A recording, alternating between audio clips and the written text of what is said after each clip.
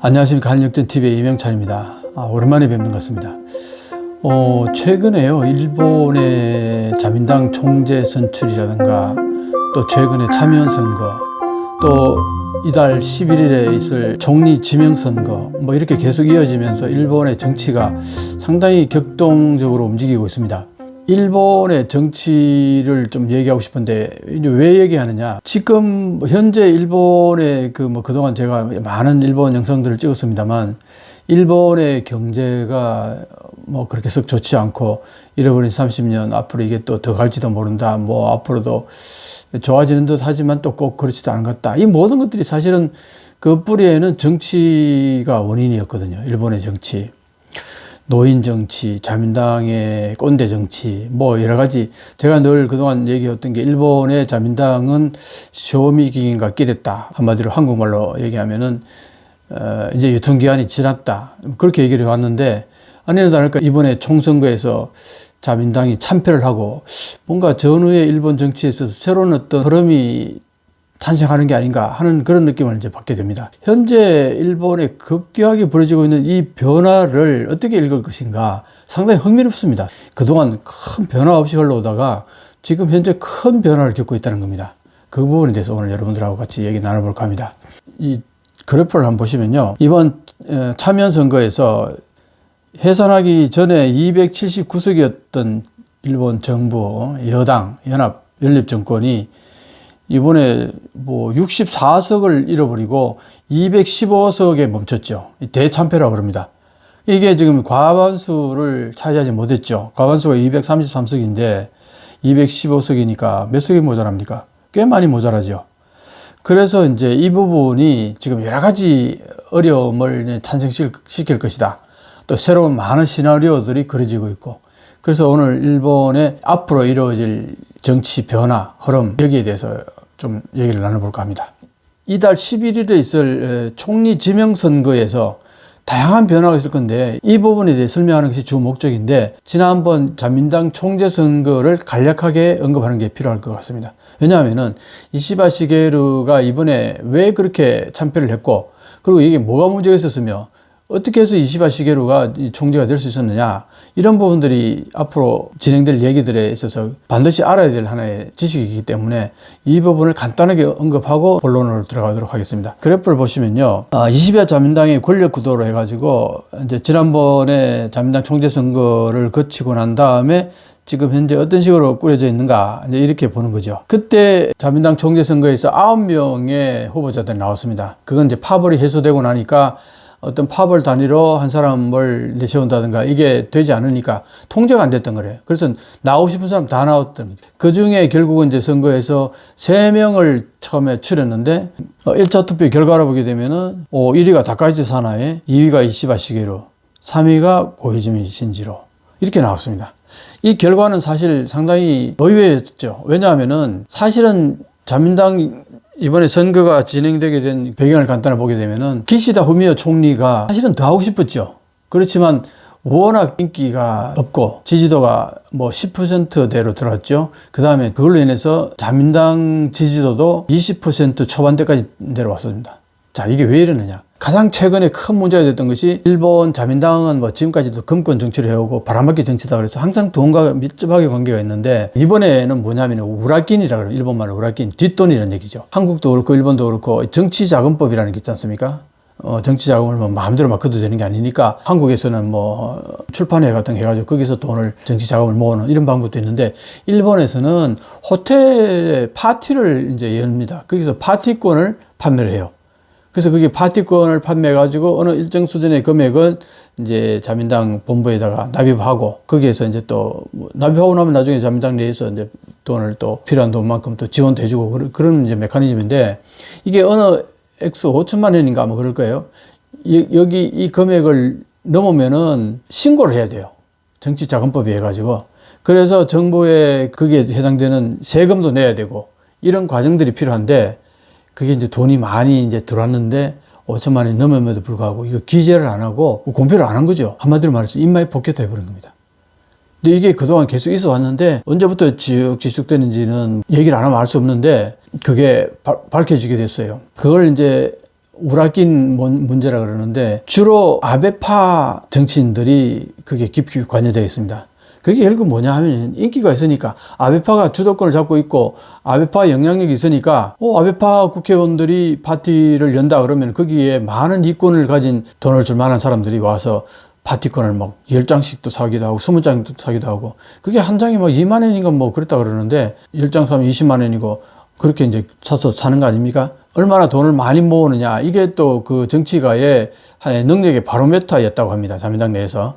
그러다 보니까 베테랑 의원들은 당연히 돈이 많이 수금이 될 테고 초선이라든가 아직 인지도가 낮은 이 의원들은 기본 금액을 채우지 못해서 자기 돈으로 그 파티권을 사서 결국은 그 돈을 이제 당에다 납부한다 뭐 이런 얘기도 있었는데 아베파 정치인들 중에는 상당히 영향 있는 거물급 정치인들이 많다 보니까 이게 어느 한계선 이상의 금액을 파티권을 팔아서 돈을 이제 많이 만지게 됐죠. 근데 그걸 보호를 하지 않고 이마에 붙게 됐다. 이게 이제 발각돼 가지고 발칵 뒤집혀졌습니다. 그 문제로 굉장히 시끄러웠어요. 그걸 제대로 해결하지 못하니까 기시다 총리의 인기도도 계속 떨어지고 자민당의 인기도 떨어지고 그렇지 않아도 항상 일본의 자민당은 이 정치 자금, 돈 문제 때문에 부패하고 연결되고 이래서 항상 그게 문제가 됐었는데 사실은 이게 가장 큰 문제가 됐던 이유는 내가 볼 때 일본의 지금 서민들의 생활은 상당히 빠듯하단 말이에요. 거기다가 최근에 엔저가 되면서 수입 물가가 높아져서 그게 이제 다시 들어와서 국내 물가를 높였잖아요. 그 물가는 높아가는데 임금은 그게 따라가지 못하니까 실질 임금은 마이너스가 26개월, 27개월 마이너스가 됐단 말이에요. 자, 서민들은 이러고 있는데 실질 임금이 떨어지는 것도 떨어지는 거지만 엔저가 되다 보니까 해외여행 가기가 힘들어졌어요. 유학도 못 가고 유학 갔던 사람도 돌아오게 되고 그러니까 서민들의 생활은 진짜 팍팍해졌는데 정치권에서 이게 단위가 보통 몇 천만 원 그러면은 억 단위 넘어가는 거잖아요. 그냥 파티권을 팔아가지고 그걸 이마에 복귀한단 말이에요. 이게 불로소득도 이런 불로소득이 없는 거죠. 일반 서민들은 온갖 세금 다 떼고 일본말 되돌이 손에 쥐는 돈은 정말 봉급의 60% 70%도 채 안 되나 이런 상황에서 정치권에서는 완전히 파티를 열어서 파티권을 팔아가지고 수천만 원씩 남기고 이러니까 그게 다 탈세란 말이죠. 그것도. 그러니까 이런 것들은 다 범죄라고 어떻게 보면. 자, 그래서 거기에 대해서 비판 여론이 쏟아지면서 자민당의 지지도도 떨어지고 기시다 총리의 지지도 떨어졌어요. 그래서 기시다 총리가 더 총리를 하고 싶었지만 총재 선거에 불출마하겠다고 선언을 한 거 아닙니까? 지지도가 떨어지니까요. 그런데도 계속 나왔다고 하는 자민당 지지도가 완전히 폭락할 것 같으니까 그렇게 해서 이제 지난번에 자민당 총재 선거가 있었는데 그 선거에서 9명이나 출연해가지고 경쟁이 벌어진 거죠. 거기에서 이시바 시게루하고 다카이치 사나의 고이즈미 신지로 이 세 사람이 1, 2, 3등을 이제 1차 투표에서 차지했다는 거 아닙니까? 자, 그런데 이게 의외로 이렇게 결과가 나온 게 뭐냐면은 이번 선거에서는요, 초기부터 어떤 얘기가 계속 왔냐면 고이즈미 신지로를 이미 총리로서 거의 지정된 거나 마찬가지 식으로 언론이 보도를 하기 시작했어요. 대형 언론들은 고이즈미 신지로를 총리로 만들기 위해서 사실은 거의 여론을 조성하는 듯한 그런 움직임이었습니다. 그래서 어떤 언론에서는 보면은 고이즈미 신지로 내각 명단을 발표하기도 했습니다. 그런 맥락으로 이제 발표를 했는데 분위기는 고이즈미 신지로가 이번에 총리가 되고 그래서 이제 세대 교체가 확 이루어져서 자민당의 소위 말하는 노인 정치는 끝나는 거 아니냐. 그러면 이제 일본도 좀 더 젊어지고 새롭게 사회 분위기도 많이 반전이 되고 뭔가 좀 변화가 있고 이런 시나리오가 그려졌는데 그래서 고이즈미 신지로가 이번에 총리가 되나 보다 하고 저도 그렇게 생각을 했죠. 근데 웬걸 아니 그 후보자들이 TV에서 합동 토론을 딱 1차 딱 거치자마자 고이즈미 신지로는 지지도가 폭락을 하네요. 왜 그렇겠습니까? 토론이 준비가 전혀 안 된 겁니다. 40대 초반이니까 사실은 그리고 지금까지 총리 후보로서 처음 또 입후보를 했단 말이에요. 몇 번 했으면 토론도 거치면서 스스로 한번 점검도 해보고 그런 과정이 있었으면은 준비를 단단히 했을 텐데 내가 볼 때 토론 같은 거 해본 적이 없는 거죠. 그러니까 그런 상황에서 집중적으로 질문도 받고 그러니까 견제도 받고 그러니까 이게 제대로 된 토론이 안 됐던 겁니다. 그래서 일반인들이 바라볼 때는 고이즈미 신지로는 전혀 준비가 안 돼 있다. 머릿속에 뭐가 들은 거냐. 그전부터 환경장관 하면서도 여러 가지 기언들 많이 발휘했었죠. 그래서 그게 뭐 언론에서 상당히 그 회자되기도 하고 했죠. 뭐 우리가 모르는 바는 아닌데, 그런데 이번에 뭐 일본 언론들은 다 뭐 그냥 고이즈미 신지로를 총리로 밀어붙이는 듯한 그런 분위기로 몰아갔는데, 어쨌든 토론을 거치면서 아웃됐습니다. 자, 그러니까 이제 나머지 두 사람이 남았어요. 권력 구도를 한번 보면요, 어떤 일들이 벌어지냐니까, 이시바 시게루가 지금 총재가 된 상태에서 이 권력 구도를 이렇게 이제 그려 나온 건데, 요걸 보면서 한번 설명을 드리면은, 고이즈미 신지로가 삼자한 것은 토론회에서 아웃돼서 그렇단 말이죠. 그래서 두 사람이 남았어요. 두 사람이 어떤 성격이냐 하면은, 이시바 시게루는 자민당 내에서 국회의원들 사이에서는 인기가 아주 없었습니다. 왜냐하면은 국회의원들하고 같이 어울리면서 저녁에 술도 한잔 하면서 뭐랄까 팝을 형성을 위해서 그 노력도 하고 이런 것들이 있어야 되는데 전혀 그런 행동을 안 했어요. 차라리 집에서 책 한 권 읽는 게 낫겠다. 영양가 없는 술자리에서 쓸데없는 얘기들 그거 다 쓸데없다. 뭐 그런 마인드를 가지고 팝을 활동이랄까 이런 것들을 거의 안 했단 말입니다. 그러니까 자민당 내에서 특히 아베파하고는 상당히 이게 관계가 안 좋았어요. 왜냐? 아베파가 잘 나갈 때 누가 아베를 비판합니까? 다들 아베 앞에 뭐 손탁한다 그러죠. 이제 알아서 긴다 그럽니다. 일본 말로. 다 그런 환경인데 유독 이 이시바 시게루만 아베를 비판했습니다.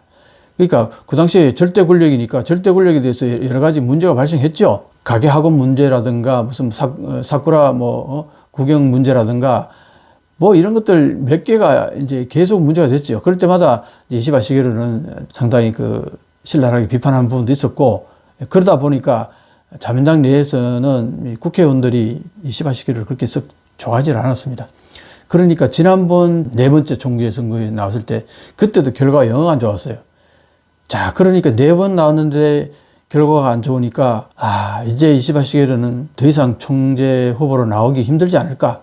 이제 이런 이제 분위기가 되다 보니까 이시바 시게루가 같이 활동하던 그 파벌들의 구성원들이 하나 둘씩 떠나갔어요. 그 파벌 거의 해체가 된 거랑 마찬가지입니다. 그 총재 선거에 나와서 결과가 안 좋으니까 더 이상 이제 기대할 수 없겠다. 뭐 그런 거죠. 그래서 지난번에 그 정도 그렇게 되니까 이시바 시게루는 이제 끝난 거 아니냐 그랬는데 이번에 나와가지고 총재가 됐단 말이에요. 이게 이제 깜짝 놀랄 일이죠.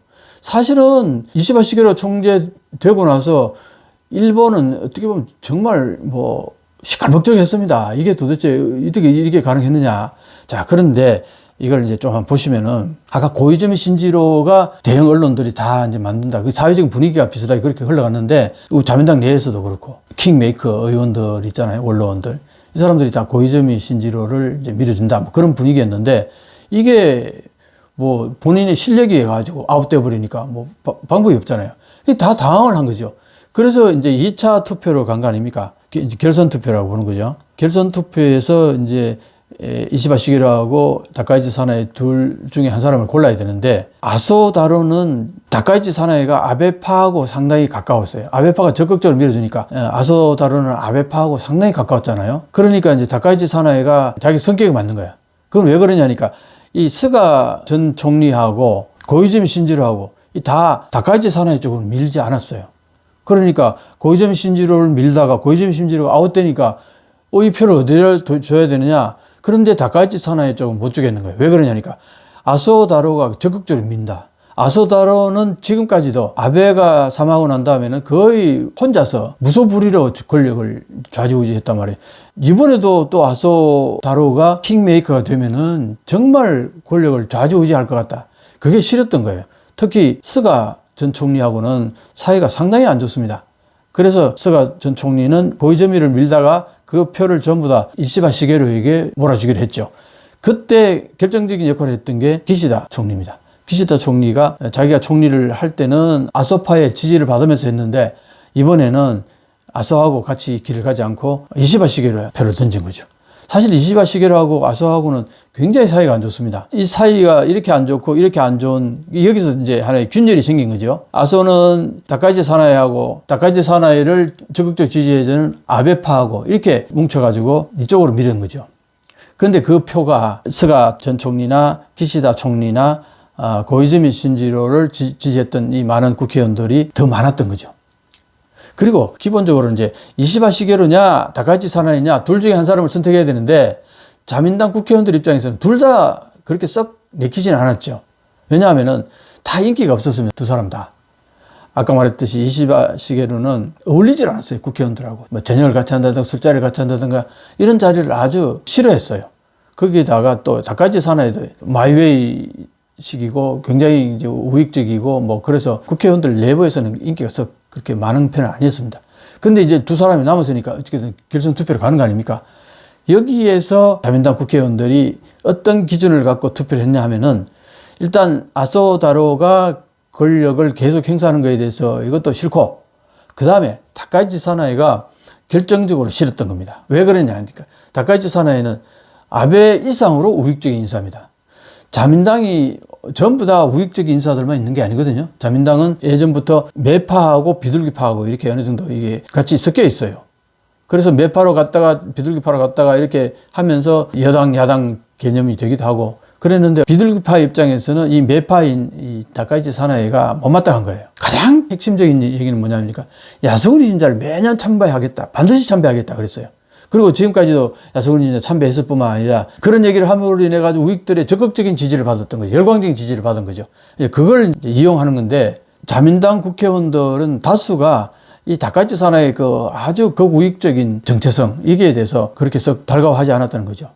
그리고 만약에 다카이치 사나이가 총리가 돼서 야스쿠니 진자를 매년 참배한다 그랬을 경우 이 외교적인 참사를 받아들일 수 없다 이렇게 본 겁니다. 자, 야스쿠니 진자 매년 참배한다 그러면 어떻게 한국과의 관계는 좋아질 수 있겠어요? 중국과의 관계는 어떻겠습니까? 말할 것도 없죠. 자, 한중 관계하고 나빠지는 것에 대해서 이 아베파, 아베 전 총리나 다카이치 사나이나 별로 그렇게 크게 개의치 않았습니다. 아베 총리는 뭐 총리 시절에 아예 뭐 혐한이라든가 혐중을 그 정치적인 하나의 자기 지지 기반으로 활용을 했을 정도니까요. 그러니까 한국이나 중국이 반대하는 건 전혀 개의치 않았습니다. 뭐가 문제였느냐? 결정적인 건 미국이 했어요. 아베가 그때 야스쿠니 참배했을 때 미국 지금 현재 바이든 대통령이 그 당시 부통령 할 때 대실망을 했다 이렇게 얘기했죠. 이 외교적인 은사로서는 대실망이라는 단어가 그게 만만치 않은 단어인데 부시 그 당시 부대통령은 아베한테 절대 야스쿠니 진자 가지 마라. 여러 번 경고를 했어요. 그런데도 그냥 그걸 무시하고 갔단 말이에요. 그래서 대실망했다. 그리고 그 뭐 공개적으로 대실망했다는데 그 뒤쪽에서는 얼마나 많은 비판과 뭐 압력이 있었겠습니까? 그래서 한 번 가고 두 번 다시 안 갔죠. 7년 8개월 가까이 총리를 하면서 딱 한 번 가고 그 뒤로는 야스쿠니 진자 참배 안 했단 말이에요. 자, 이게 이 다카이치 사나이는 반드시 매년 야스쿠니 진자 참배하겠다. 그리고 이 사람은 하고도 남은 사람이에요. 이걸 이제 자민당 국회의원들이 대부분이 이거는 못 받아들이겠다 본 겁니다. 자, 그리고 또 하나는 야당 대표 중에 입헌민주당의 노다 요시히코 이분이 과거에 뭡니까? 민주당 정권 때 총리까지 했던 사람 아닙니까? 이 사람이 정권 운영해본 경험도 있고 그 다음에 토론에 굉장히 능해요. 옛날에 마츠시다 정경숙 일기생으로 이제 거기서 정치 수업을 받았던 사람이라 논리라든가 그 정치적인 지식 같은 게 굉장히 풍부하단 말이에요. 거기다가 총리 경험까지 있으니까. 자, 자민당의 총재가 되면은 앞으로 선거라든가 무슨 일이 있으면은 TV에 나가서 토론을 계속 할 텐데 그때 이 노다 대표하고 이 다카이치 사나이하고 토론이 벌어지게 되면은 이 다카이치 사나이는 극우들은 지지할지 모르겠지만 이 노다 요시히코 이 대표는 중도 보수예요. 야당이면서도 상당히 보수란 말이죠. 아버지가 자위대를 지낸 분이고 이러다 보니까 토론했을 경우에 극우 세력들은 열광적으로 다카이치 사나이를 지지할지 모르지만 중도 보수하고 약간의 그 좌측으로 진보 뭐 이쪽은 전부 다 다카이치 사나이를 반대하고 오히려 이 노다 대표 쪽으로 표를 던질 가능성이 많다. 그래서 다카이치 사나이가 총리에 대해서 총선을 치를 경우에 이 중도 보수 표를 전부 다 입헌민주당한테 다 뺏겨버릴 가능성이 농후하다고 이렇게 본 거예요. 그러니까 선거 대책으로나 외교상으로나 다카이치 사나이는 자민당에서 절대 이게 별로 그렇게 좋은 카드가 아니었던 겁니다. 그래서 다카이치 사나이를 제외하니까 어떻게 남은 사람은 이시바 시게루 아닙니까? 그 이시바 시게루는 그래도 자민당 내에서도 특히 저방 정당인들에게는 상당히 인기가 많았고 그리고 여론에서도 항상 자기 총리 후보감으로는 1등을 해왔었어요. 자민당 내에서 야당의 역할을 하니까 자민당의 비판적인 많은 여론들은 이시바 시게루를 지지해 줬던 거죠. 이런 상황이다 보니까 이시바 시게루는 뭐 야소군이 진짜 참배 안 하겠다 그랬죠. 그 다음에 한국과의 관계, 뭐 역사 문제에 대해서도 상당히 위안부 문제 같은 경우는 한국이 이제 그만 사과해도 된다 할 때까지 사과해야 된다. 한국이 받아들일 때까지 사과해야 된다. 이런 역사 인식도 가지고 있죠. 그러니까 한국과 중국과의 관계도 그렇게 뭐 크게 트러블 같지 않고 뭐 그래도 어느 정도 무난할 것 같죠. 미국과의 관계도 그렇죠. 또 이 이시바 시게루는 이 토론이 굉장히 능합니다. 그러니까 노다 대표하고 토론을 해도 절대 밀리지 않거나 오히려 더 우위를 점할 거니까 이거는 이제 총선에서 투표할 때 상당히 이제 자민당에게 유리할 거다. 이제 이렇게 본 거죠.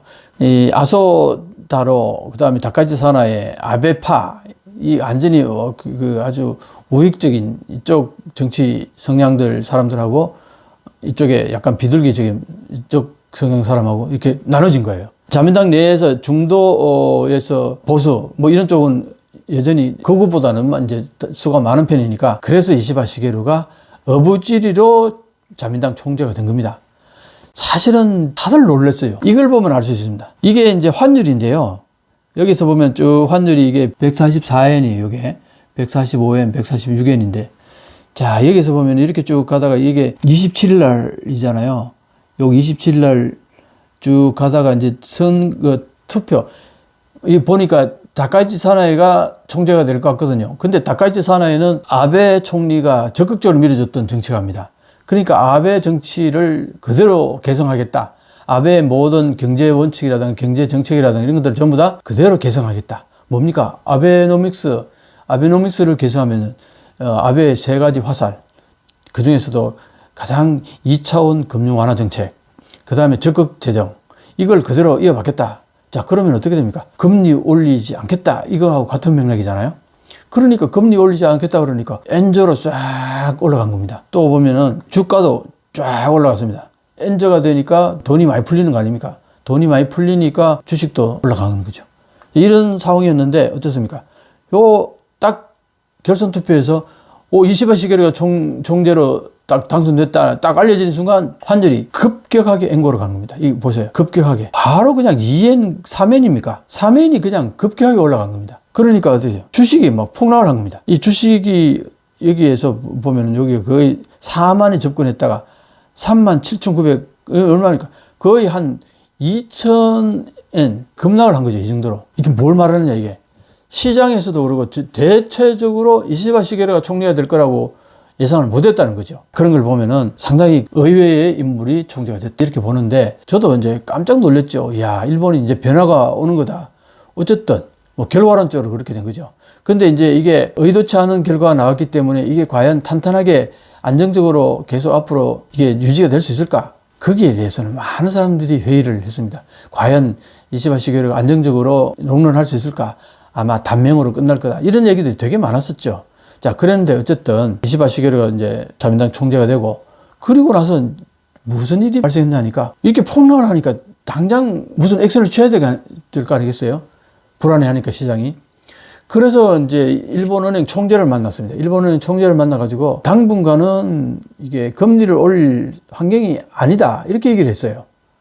그러니까 뭡니까? 이시바가 총리가 되면은 이제 2차원 금융 완화 정책을 그만두고 금리를 올려서 금융 정책 정상화로 갈 거다. 이렇게 인식을 했는데, 금리 올 환경이 아니다. 그래 버리니까 어떻게 돼? 금방 다시 이게 환율은 다시 엔저로 가기 시작했죠. 그래가 지금 얼마 됐습니까? 지금 벌써 3엔까지 갔다가 152엔, 151엔 막 지금 왔다 갔다 이랬는데, 그러니까 이게 이시바 시게루가 그동안 해왔던 얘기하고 완전히 이게 정책이 달라진 거 아닙니까? 자, 그러니까 어떤 얘기가 이제 나왔냐니까 이시바 시게루가 그동안 해왔던 정치적인 발언들 소신하고 모든 게 하루아침에 손바닥 뒤집는 거예요. 금융정책뿐만 아니라 아베 총리가 자기 총리 취임 시간에 여러 번 이제 총선거를 치렀는데 그 해산할 때마다 야당과 충분히 토론이라든가 여러 가지 그런 것들을 하지 않고 딱 그 야당의 빈틈을 노려가지고 갑작스러운 해산을 하고 그렇게 해서 선거를 하고 이게 이제 뭐랄까 좀 야비하다 뭐 그렇게 이제 인식을 했나 봐요. 그래서 그 부분에 대해서 비판을 많이 했습니다. 이시바 시게루가 아베 그 당시 총리한테 그렇게 하면 안 된다 이거죠. 충분히 고지를 하고 야당도 충분히 준비할 수 있는 시간적 여유를 주고 뭐 이렇게 토론도 하고 그래서 그 내용을 가지고서 여론에게 지지도를 묻는다. 뭐 이게 이제 정상 아니냐. 이렇게 이제 비판해 왔는데, 자기가 총리 되자마자 최단시간에 해산하고 총선거로 돌입한다. 이렇게 발표를 해버린 거예요. 그러니까 그동안 이시바 시게루는 자기가 얘기해왔던 걸 다 뒤집는 거예요. 하루아침에 손바닥 뒤집듯이. 그러니까 여기에 대한 신뢰도가 급전직하를 시작합니다. 자, 이러니까 이때부터 이제 이 선거에서 여러 가지 이제 문제가 발생하겠다. 이런 이제 인식을 하게 된 거죠. 그렇긴 하지만 그러면 왜 그렇게 빨리 해산을 했느냐 하면은 이게 소선거구제니까 야당이 서로 협력을 해가지고 후보 단일화 해가지고 나오면은 이 야당한테 정권 뺏길 가능성이 상당히 많다고 이렇게 본 거예요. 자, 그건 왜 그러냐 하면 이거 한번 보세요. 이걸 보면은 차기 중의원 선거에서 누가 정권을 잡았으면 좋겠냐. 야당 중심으로가 48.7%고요. 자민당, 공명당, 연립 여당 중심이 39.8%. 그게 야당이 정권 잡았으면 좋겠다 하는 여론 지지도가 10% 가까이 높단 말이에요. 그러니까 만약 정상적으로 갔을 경우에는 야당이 충분히 준비를 하고 야당 후보 단일화까지 이제 이뤘을 경우에 야, 이거는 정권이 넘어갈 가능성이 높다. 이렇게 본 거죠. 그러니까 야당이 후보 단일화 하기 전에 그런 시간적인 여유를 갖기 전에 준비가 안 된 지금 상태에서 갑자기 기습작전으로 해산하고 총선거에 돌입해버린 거예요. 그러니까 또 이게 여론의 질타를 받았습니다. 아니, 자기가 그때 아베 총리가 그렇게 한 거에 대해서 그렇게 비판하더니 자기가 총리 되니까 손바닥 뒤집시 뒤져버렸다. 그래서 신뢰가 안 간다. 이렇게 돼버린 거예요. 지금까지 이시바 시게루가 여론의 지지도를 받았던 이유는 뭔가 뚝심도 있고 비판할 건 비판하고 소신 뚜렷하고 뭐 그래서 밀어준 건데 이게 뭐 하루아침에 여러 가지 정책들을 총리가 되자마자 다 바꿔버리니까 이게 신뢰도가 안 간다 이거. 근데 사실은 이시바 시게루는 그러고 싶어서 그렇다기보다는 지지 기반이 전혀 없는 상태에서 총재가 되기까지의 여러 정치 세력들과 뭔가 약속을 한 게 있어요. 표를 줄 테니까 총리가 됐을 경우에 어떤 것들을 보장해 달라. 이제 이런 것들이 있었던 거죠. 총리가 되자마자 바로 해산해서 중의원 선거에 바로 돌입한다. 이것도 본인의 생각이라기보다는 모리야마 이 간사장의 의견을 적극적으로 반영합니다. 모리야마 간사장이 강력하게 그걸 요구를 했다는 겁니다. 정치 경험상 빨리 해산해서 야당이 전열을 가다듬기 전에 번개불에 공고 먹듯이 빨리 해치우는 게 유리하다. 그렇게 계산했는 거죠. 근데 이게 그렇게 썩 좋은 전략이 아니었던 것이 이제 판명된 거죠. 그래서 어쨌든, 총선 결과는 아베 총리의, 뭐랄까, 불신감, 이게 이제 꽤 컸고, 그 다음에 이제 또 뭐가 있었냐 하면은 조금 전에 봤듯이 다카이치 사나이하고 이 우익 보수 이쪽의 정치 세력하고 이시바는 약간의 이제 자민당 그 거부적인 그 정책, 아베 정책에 대해서 비판적으로 봤다는 거는 그 야당의 성향이 좀 강하게 가 있단 말이에요. 그러니까 약간의 진보적인 마인드도 좀 있단 말이에요. 그게 이쪽하고 이렇게 자민당이 이게 이분된 거예요. 선거 돌입하기 전에 갈라졌단 말이죠. 이게 일률적으로 하나의 당으로서 잘 이렇게 굴러간 게 아니라는 거죠. 선거 전에 돌입하면서. 이런 부분도 하나 있었고, 가장 결정타였던 건 이겁니다. 자민당이 왜 저렇게 지지도가 떨어지고 했느냐. 그거는 한마디로 우라낀 그 뒷돈 문제, 정치 자금, 뭐, 이게 이제 가장 큰 문제였는데, 그래서, 아베파들이 그 우라낀 문제가 굉장히 많았단 말이에요. 그 중진들이 특히 많았습니다. 영향이 있는 정치가들이 많은 그 이권을 챙기기 위해서 파티권을 많이 판 거죠. 그래서 많이 파면서 돈이 많이 이제 쌓이니까 그걸 신고하지 않고 이마에 포켓했단 말이에요. 이제 이런 것들이 이제 발각되니까 거기에 대한 비판이 굉장히 심했고, 그리고 또 하나는 이제 아베파들이 특히 이제 그 통일교하고의 관계가 또 밀접하게 그걸 했는데 이 부분이 여론의 질타를 받았습니다. 그래서 자민당이 인기가 팍팍 떨어지고 이번 총선거에서 그렇게 고전을 면치 못했던 이유 중에 가장 큰 거는 뒷돈 문제, 정치자금 관련된 이 부패 이 문제하고 그 다음에 하나는 통일교하고의 관계. 이 두 개가 굉장히 그 큰 문제인데 요거 두 개가 관련된 사람들이 대부분 아베파 중진들이 많았습니다. 그러다 보니까 아베파 중진들 이거 이시바 시게루의 생각으로는 이 사람들에게 공천권을 줘서는 안 되겠다고 생각했을 텐데 그런데 자민당 내에서는 자기 지지 기반이 별로 없는데 그리고 아베파는 굉장히 많잖아요. 그러니까 아베파가 극렬하게 반발을 하니까 이게 마지못해 다 공인을 하려고 그랬다고요. 그러다 보니까 여론에서 막 발칵 뒤집어진 거죠. 야, 이대로 갔다가 큰일 나겠다 해서 이시바 시게루가 결단을 내립니다. 과감하게 그냥 중진들, 아베파 중진들 12명을 거의 공인을 안 해주게 된 거예요. 공인을 안 해주니까 어떻게 됩니까? 뭐 그 중에는 이제 뭐 이번에 출마 안 하겠다고 한 사람도 있고 대부분은 무소속으로 출마를 하게 됩니다. 그리고 또 이제 많이 관여된 사람하고 조금 이제 경량한 사람은 일본은 지역구에다 후보를 내면서 지역구에 안 됐을 경우를 대비해서 비례대표제에도 등록을 합니다. 지역구에 떨어지더라도 비례대표제에 의해 가지고 당선되는 이런 경우들이 있거든요. 이제 그러니까 지금까지는 그렇게 해서 중진들은 웬간하면 다 계속 선거에서 뭐 낙선할 일이 별로 없었죠. 이게 선거제도에 이게 묘한 겁니다. 그랬는데 이번에 뒷돈하고 관계되는 국회의원들, 중진들 포함해서 이 사람들에게 비례대표제하고 중복으로 등록 못하게 40몇 명입니다. 그걸로 인해 가지고 한 28명 정도가 떨어졌어요. 낙선했습니다. 그게 아베파들이 대부분입니다. 이번 총선거에서 자민당이 그렇게 고전을 하게 된 이유 중에 하나가 자금 문제라고 했잖아요. 뒷돈 문제. 근데 그랬는데 그렇게 해서 제재를 가해서 무소속으로 출마했잖아요. 그러면 무소속 출마한 사람들에게 살아 돌아오면 어떻게 하겠다. 뭐 여기까지는 좋은데 문제는 뭐였냐니까. 거기에다가 돈을 내려보낸 거예요. 2천만 원을. 이제 보통 보면은 지역구에다 이제 거기 후보, 공인 후보들에게 공인료 500만 원하고 이제 그 활동비, 선거 활동비 1,500만 원에가 2천만 원을 지역구에 내려보냅니다. 자민당 중앙당에서. 그리고 공인 후보한테 2천만 원을 내려보는 것, 그거하고 똑같이 비공인 후보의 지역구에도 2천만 원을 내려보낸 거예요. 이게 공산당의 기관지인 아까다, 빨간 깃발. 여기에 이게 스쿠프로 실리면서 난리가 나지. 선거 4일 전에 이게 이제 알려졌습니다. 잡지에 의해가지고. 발칵 뒤집혀진 거죠. 낙선했던 자민당 의원들의 얘기 들어보면은 요 2천만 원 요게 비판받기 시작하면서 지지도가 푹푹푹푹 떨어지는 게 그 피부로 와닿았다는 겁니다. 그 4일 동안 완전히 그냥 급속하게 이게 지지도가 떨어지는 걸 다 느꼈다는 겁니다. 이게 아주 결정타였다고 그럽니다. 이것도 누가 했냐? 이게 또 모리야마 간사장이 보냈다는 겁니다. 그래서 이것 때문에 폭망한 거죠. 그래서 사실은 이번에 이시바 시게루 총리도 문제지만 모리야마 간사장이 급격히 해산한 것도 그렇고 요 자금 뿌린 것도 그렇고 이게 다 간사장의 이제 생각이라는 겁니다. 이게 충분히 상의를 했는지 뭐 안 했다는 얘기가 있어요. 어쨌든 그걸로 인해서 선거 결과는 이제 이렇게 된 거 아닙니까? 이게 얼마입니까? 이게 279석에서 215석이니까 뭐 64석이나 잃어버리게 됐죠. 자, 요렇게 되면서 이제 이시바 시게루 총리에 대한 뭐 문책 얘기도 나오고 특히 다카이치 사나의 이쪽 지지 세력들 아소다르도 그렇고요. 이쪽 지지 세력들이 이시바 시게루에 대해서 아주 뿔이 나 있습니다. 그래서 앞으로 같이 갈 수 있을까? 뭐 이런 얘기도 있고 뭐 분당이 되는 게 아닌가? 뭐 이런 얘기까지 나옵니다. 이런 상황에서 앞으로 이 이시바 시게루의 이 정권이 순항할 수 있을까? 뭐 다 회의적으로 봅니다. 단명할 거다. 뭐 여기부터 시작해서 내년 8월에 있을 참여연 선거 때까지 뭐 과연 갈 수 있겠느냐. 뭐 그런 얘기도 있고. 왜냐? 참여연 선거 때 그때 인기 있는 총재를 뽑아가지고 총리를 세워야 또 그때 선거에서 이길 수 있으니까. 그러니까 인기 있는 총재를 뽑으려고 그런 마인드가 있다는 거죠. 그래서 이제 그때까지 인기가 회복 안 되고 제대로 안 되면은 이시바 시게루 끌어내리기가 있을 거라 이런 얘기죠. 이달 11일에요. 총리 지명선거가 있습니다. 처음 들어보셨죠? 총리 지명선거라는 거. 나도 지금까지 뭐 그걸 거의 의식 안 하고 살았는데 왜 그러냐?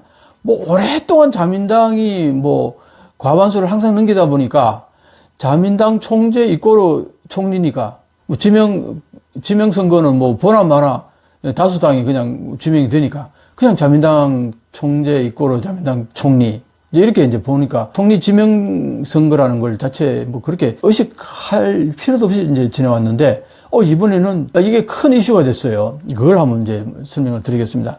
어떤 맥락이냐 하니까, 이게 이제 보시면은 여기에 의석수가 딱 나와 있는데 소수 여당의 연립 정권이 이게 자민당이 191석을 차지한 거죠.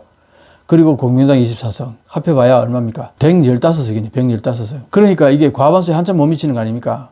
여기가 이제 국민민주당이 28석이고, 유신회 38석, 입헌민주당이 148석이고, 그 다음 여기 뭐 보수당이라든가 참정당이라든가 공산당, 레이와 신생구미가 9, 사민당 1석, 여당계 무소속 6석, 야당계 무소속 6석.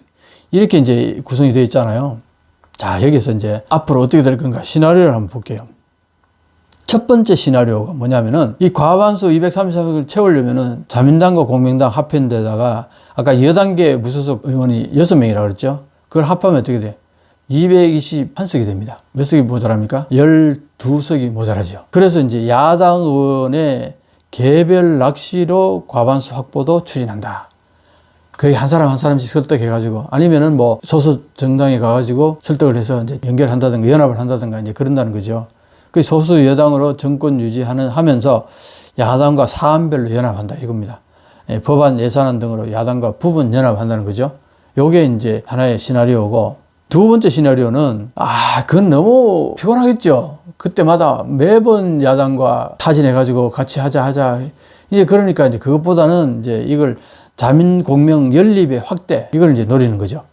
그러니까 자민공명 여기다 무소속 6석에다가, 이 무소속 6석, 이거는 이제 여당 지향의 무소속 6석이라는 거는 공인을 못 받고 무소속으로 출마한 아베파들 많다고 그랬죠. 그게 이제 살아남은 의원들 영입한다 이거죠. 자민당으로 영입하든 안 하든 어쨌든 연립은 할 수 있잖아요. 그러니까 그렇게 하고 거기에다가 국민민주당하고 같이 이제 연립을 하게 되면은 249석이 된다는 거죠. 이렇게 하거나 아니면은 유신의 회하고 연합을 한다. 그럼 259석이 됩니다. 이렇게 해서 이제 자민공명 연립을 확대해서 확대 연립 정권을 만드는 거. 요게 이제 두 번째 시나리오입니다. 근데 세 번째 시나리오도 뭐냐? 요거는 야당 전체가 뭉쳐가지고 정권 교체를 하는 겁니다. 자민당에서 정권 뺏어오는 거죠. 그러니까 야당은 보세요. 하나, 둘, 셋, 넷, 다섯, 여섯, 무파권. 뭐 조그만 정당들이 이렇게 많잖아요. 이게 상당히 협의하기가 쉽지 않을 텐데 어쨌든 다 합쳐놓으면 238석이니까 다 합치면은 정권을 뺏어올 수 있다. 그래서 여당이 된다는 거 아닙니까? 만년 야당하다가 여당 할 수 있으면은 이게 메리트가 엄청나기 때문에 이 여당 프리미엄 때문에 이게 접착제가 될 수 있지 않겠느냐. 이렇게 이제 볼 수도 있는 거죠. 그래서 야당 연립 정권으로 교대되는 거, 이것도 하나의 가능성을 이제 보는 겁니다. 자, 그런데요, 뭐가 이제 문제냐 하니까 1번 시나리오는 이시바 시게루가 총리가 된다는 걸 우리가 상정할 수 있는 거죠. 그 다음에 세 번째 시나리오, 야당으로 넘어왔을 때 야당이 의석수를 보게 되면은 요게 입헌민주당 148석 아닙니까? 그러니까 압도적으로 야당 전체에서 압도적으로 수가 많으니까 입헌민주당 대표 노다 요시코를 이제 총리로 하는 거. 요게 세 번째 시나리오 본다면은, 자, 묘한 게요. 이 두 번째 시나리오 봤죠? 두 번째 시나리오 보게 되면은 국민민주당이 28석인데 여기하고 같이 하게 되면은 좋을 텐데, 문제는 뭐냐니까 국민민주당 당수인 다막 유이치로 대표가 어떤 얘기를 하냐면은 자공 연립 여당하고는 절대 참여하지 않겠다. 이렇게 강력하게 얘기를 합니다. 그리고 총리 지명선거에서 1차 투표 때도 자기 이름 쓰고 결선 투표에 가서도 자기 이름 쓰겠다. 이런 얘기 합니다. 결선 투표에 올라간다 하더라도. 이렇게 되니까 어떤 현상이 벌어지냐. 1차 투표 때 이 많은 정당들이 있죠. 전부 다 자기 당의 대표 이름을 쓴다는 겁니다. 왜? 협의가 안 되니까. 어느 대표를 총리로 할 것이냐. 그게 합의가 되면은 그 사람 이름으로 집중적으로 다 통일되게 쓰겠지만, 그게 안 된 상태에서는 전부 자기 당 대표 이름을 쓴다는 겁니다. 그러니까 이 국민민주당 당수는 뭐 1차든 뭐든 전부 자기 이름 쓰겠다 이렇게 하는 거예요. 자, 그렇게 되면 어떻게 되느냐. 이게 시나리오가 이것도 쉽지 않고 이것도 쉽지 않고 이것도 쉽지 않고 다 이게 쉽지 않은 거예요. 시나리오 세 개 다가. 자, 그래서 이제 예를 들면 이런 건 하나 있을 수 있어요. 여기에서 입헌민주당 대표가 총리가 되는 게 아니라 국민민주당의 대표를 총리로 내세우면서 다 같이 가자 이렇게 됐을 경우, 물론 뭐 유신의 대표도 내가 총리하겠다 이렇게 얘기할 수도 있겠죠. 어쨌든 지금 근데 국민민주당이 굉장히 그게 아주 강합니다. 그 의지가. 자기가 총리할 수 있으면 총리하겠다. 연립을 한다면은 자기를 총리로 밀어주면은 연립할 가능성이 있다. 뭐 이런 이제 최소한의 마지노선을 이제 그어놓은 거죠.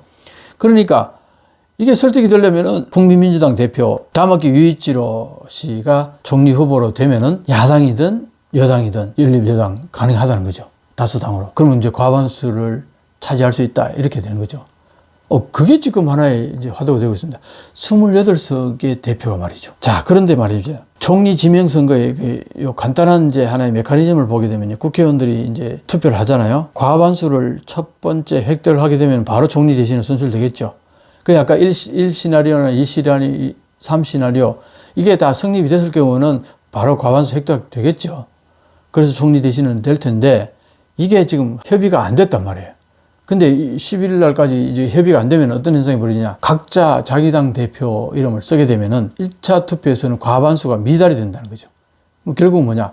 상위 두 사람이 결선 투표가 되는 거예요.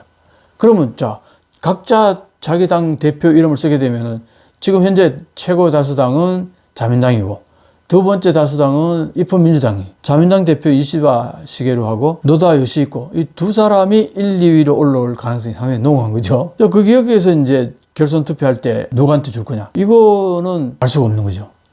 야당 전체가 다 노다 대표한테 투표를 하게 되면은 여기 이시바 시게루는 뭐 자민당, 공명당 그 다음에 여당 지향의 뭐 무소속 또 합해봐야 가반이 안 되니까요. 그때 국민민주당이 어디에다 투표하느냐 이게 이제 중요한데 국민민주당은 이때도 자기 당수 대표 이름을 쓰겠다 뭐 이런 얘기까지는 그럼 어떻게 돼요? 결과론적으로는 이시바 시게루가 1등을 할 수밖에 없다 이런 얘기였어요. 이게 묘한 게 이번에 국민민주당의 28석이 이게 완전히 게스팅 보트를 쥐고 있는 거예요. 이게 참 재밌게 됐어요. 그래서 여러 가지 경우의 수가 다 나올 수 있다는 겁니다. 이시바 시게루 총리가 될 수도 있겠고 노다 총리가 될 수도 있겠고 경우에 따라서는 다맞기 유일지로 국민민주당 대표가 총리가 되는 경우도 나올 수 있다 이런 얘기입니다. 야, 그러니까 묘하잖아요. 28석의 총리가 나올 수 있다는 게. 자, 그렇게 해서 총리가 됐다 칩시다. 11월 11일 날 총리가 됐는데 어떤 또 위험성이 있냐면은 총리 지명 선거에서 이제 자민당 중에 몇 명이 반란 투표를 던져가지고 이시바 시게루 쓰지 않고 이시바 시게루를 아주 싫어하는 자민당 내에 다카이치 사나이 그쪽 정치 세력은 지명선거에서 이시바 시게루 이름을 쓰지 않고 노다 대표 이름을 쓸 가능성도 있다. 이제 이런 얘기죠. 그렇게 되면은 노다 대표가 총리가 될 가능성이 있다는 거죠. 자, 문제는 그러니까 총리가 됐다 칩시다. 총리가 됐는데 이후에 국정 운영에서 어떤 일이 발생할 수 있냐니까 내각 불신임안이 제출될 수 있어요. 그래서 아까 이 시나리오 같이 명확하게 연립을 결선을 해가지고 그게 합의가 돼가지고 과반수를 차지하게 되면은 문제가 없는데 그게 안 되고 1시나리오 같이 사안별로 연합을 한다든가 이런 식으로 이제 됐을 경우에 이 여당도 다수가 아니고 야당도 다수가 아니고 이러니까 그게 총리가 누가 나왔다 하더라도 이 불신임안을 제출했을 경우에 불신임 될 가능성이 상당히 농후하다는 거죠. 그 불신임 받기 전에 그 총리가 총사직이라든가 뭐 해산 이렇게 할 수 있다는 거죠. 그렇게 되면 다시 또 총선을 하는 거 아닙니까? 야당 입장에서는 국회의원 됐는지 얼마 안 됐는지 또 선거를 치러야 된다. 뭐 그게 싫을 수도 있잖아요. 그러니까 이게 참 묘합니다. 어쨌든 불안정하다는 거예요. 앞으로 여러 가지로. 그래서 이것 때문에 국민민주당의 28석이 아주 묘하게 캐스팅 보트를 쥐고 있는 힘 있는 당이 된 거예요. 근데 다맞기 유이치로 대표는 지금까지 강력하게 얘기하는 게 뭐냐? 자민당하고는 연립하지 않는다. 어디에도 속하지 않고 정당 유지하면서 그냥 가겠다. 이렇게 얘기하거든요. 그리고 내년 8월 참여연 선거에서 자당 의원수를 대폭 늘리겠다. 이번에도 해산하기 전에는 7석이었다가 4배 뻥튀기 했잖아요. 28석으로. 자, 그런데 그럼 이게 왜 그렇게 소위 말해서 뻣뻣하게 나갈 수 있느냐? 요거 한번 보세요. 이번에 연령별 비례 투표처가 어떻게 됐냐 보면은요. 18, 19세가 이 자민당이 제일 많고 2등이 어딥니까? 이게 국민민주당이에요. 의석수로 보게 되면은 야당이 입헌민주당이 148석이고 여기 28석밖에 안 되는데 비례 투표에서는 이 젊은 층의 지지도가 상당히 높은 거죠.